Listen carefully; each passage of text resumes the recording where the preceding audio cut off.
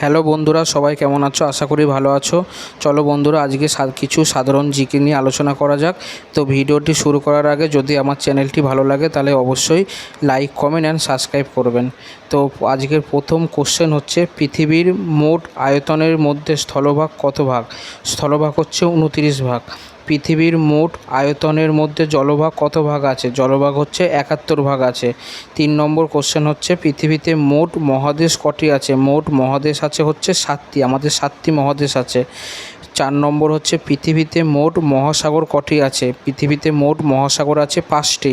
পৃথিবীর বৃহত্তম মহাদেশের নাম কি? পৃথিবীর বৃহত্তম মহাদেশের নাম হলো এশিয়া মহাদেশ।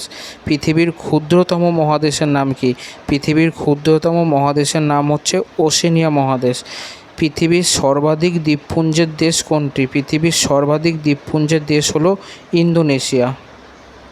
আজকের লাস্ট কোশ্চেন হচ্ছে, পৃথিবীর সবচেয়ে সরু দেশের নাম কি? পৃথিবীর সবচেয়ে সরু দেশ নামে পরিচিত হচ্ছে চিলি।